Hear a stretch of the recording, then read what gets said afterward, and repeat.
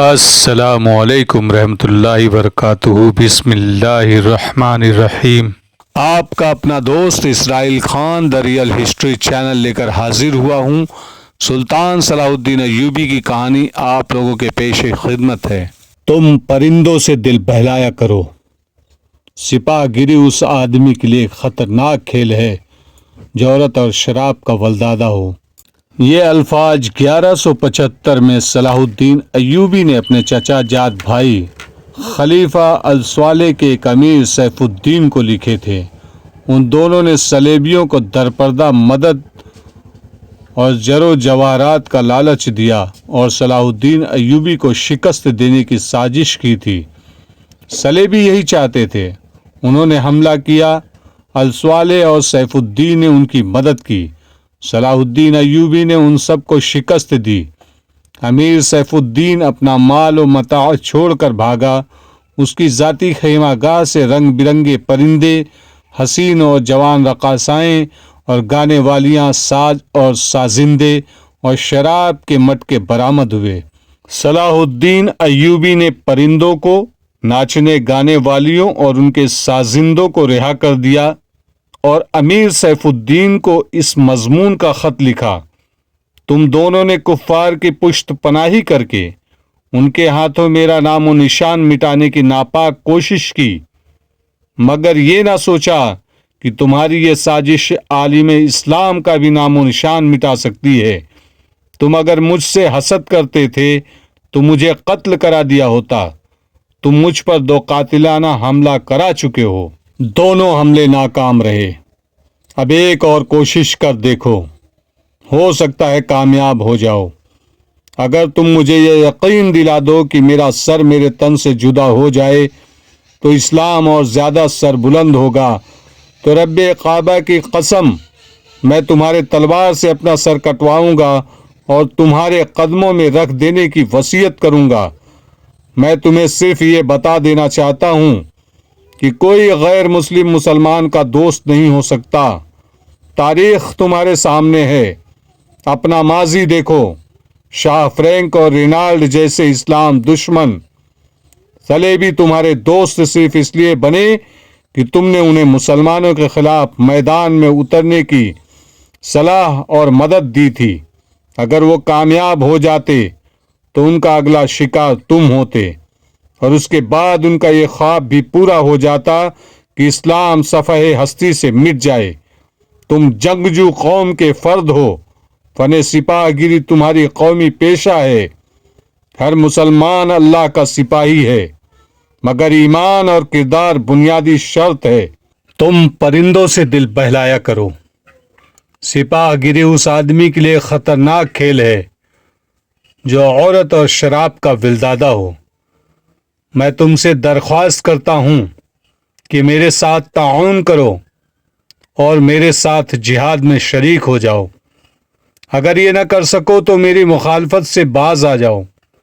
میں تمہیں کوئی سزا نہیں دوں گا۔ اللہ تمہارے گناہ معاف کرے، آمین۔ ایک یورپی مورخ لین پول لکھتا ہے، صلاح الدین ایوبی کے ہاتھ جو مال غنیمت لگا اس کا کوئی حساب نہیں تھا۔ جنگی قیدی بھی بے انداز تھے۔ صلاح الدین ایوبی نے تمام تر مال غنیمت 3 حصوں میں تقسیم کیا۔ ایک حصہ جنگی قیدیوں میں تقسیم کر کے انہیں رہا کر دیا، دوسرا حصہ اپنے سپاہ اور غریبوں میں تقسیم کیا، اور تیسرا حصہ مدرسہ نظام الملک کو دے دیا۔ اس نے اسی مدرسے سے تعلیم حاصل کی تھی۔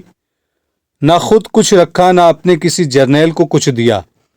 اس کا نتیجہ یہ ہوا کہ جنگی قیدی، جن میں بہت سے مسلمان تھے اور باقی غیر مسلم، رہا ہو کر صلاح الدین ایوبی کے کیمپ میں جمع ہو گئے اور اس کی اطاعت قبول کر کے اپنی خدمات اس کی فوج کے لیے پیش کر دی۔ ایوبی کی کشادہ ظرفی اور عظمت دور دور تک مشہور ہو گئی۔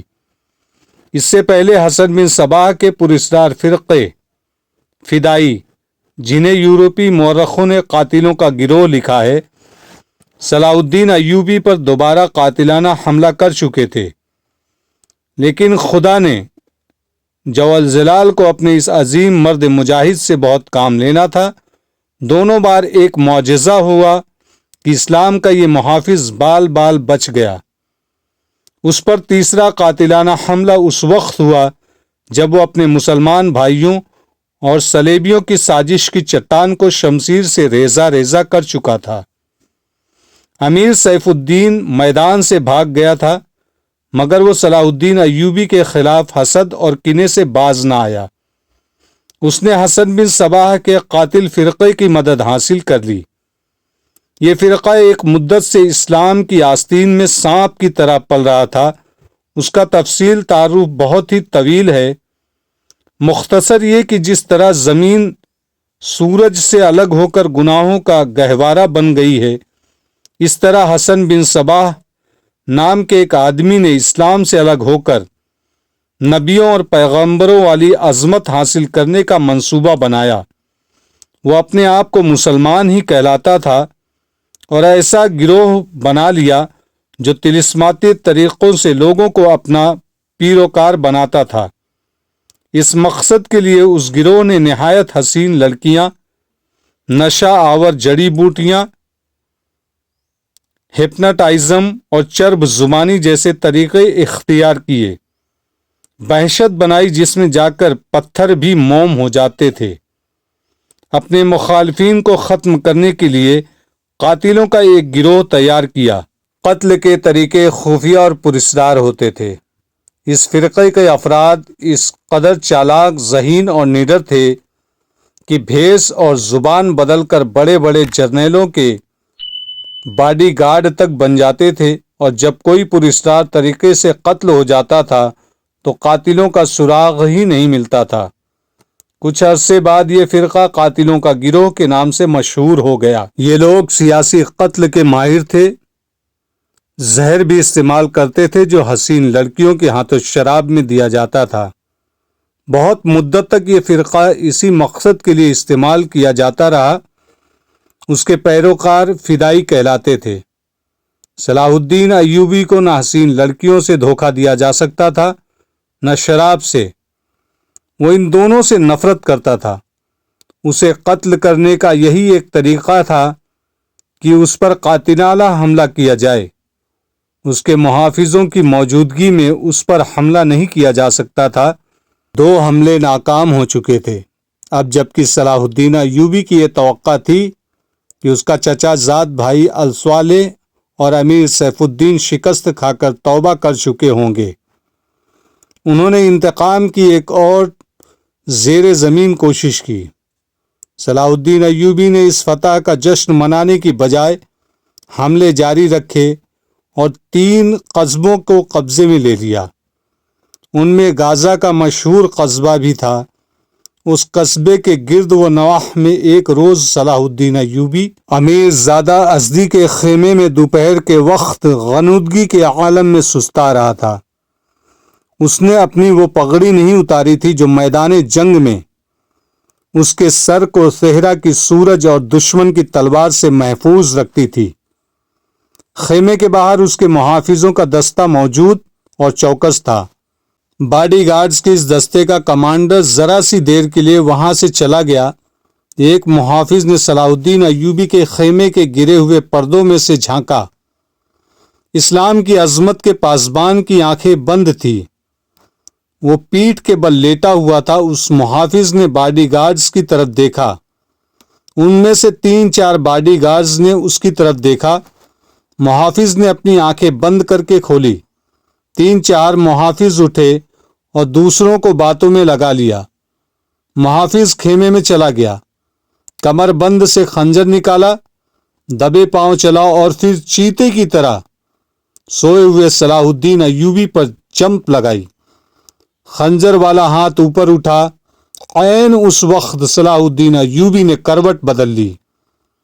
یہ نہیں بتایا جا سکتا کہ محافظ خنجر کہاں مارنا چاہتا تھا، دل میں یا سینے میں، مگر ہوا یوں کہ خنجر صلاح الدین ایوبی کے پگڑی کے بالائی حصے میں اتر گیا اور سر سے بال برابر دور رہا۔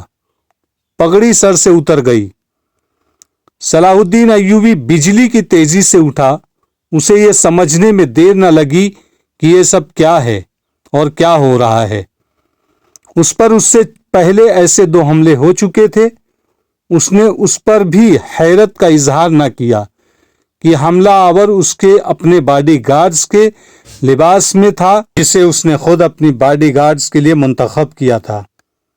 اس نے ایک سانس جتنا عرصہ بھی ضائع نہ کیا۔ حملہ آور اس کی پگڑی سے خنجر کھینچ رہا تھا۔ ایوبی سر سے ننگا تھا۔ اس نے حملہ آور کی ٹھوڑی پر پوری طاقت سے گھونسا مارا۔ ہڈی ٹوٹنے کی آواز سنائی دی۔ حملہ آور کا جبڑا ٹوٹ گیا تھا۔ وہ پیچھے کو گرا اور اس کے منہ سے ہیبت ناک آواز نکلی۔ اس کا خنجر صلاح الدین ایوبی کی پگڑی میں رہ گیا تھا۔ ایوبی نے اپنا خنجر نکال لیا۔ اتنے میں 2 محافظ دوڑتے اندر آئے۔ ان کے ہاتھوں میں تلواریں تھیں۔ صلاح الدین ایوبی نے انہیں کہا کہ اسے زندہ پکڑ لو، مگر یہ دونوں محافظ صلاح الدین ایوبی پر ٹوٹ پڑے۔ صلاح الدین ایوبی نے ایک خنجر سے 2 تلواروں کا مقابلہ کیا۔ یہ مقابلہ 1-2 منٹ کا تھا، کیونکہ تمام باڈی گارڈز اندر آ گئے تھے۔ صلاح الدین ایوبی یہ دیکھ کر حیران تھے کہ یہ کون ہے۔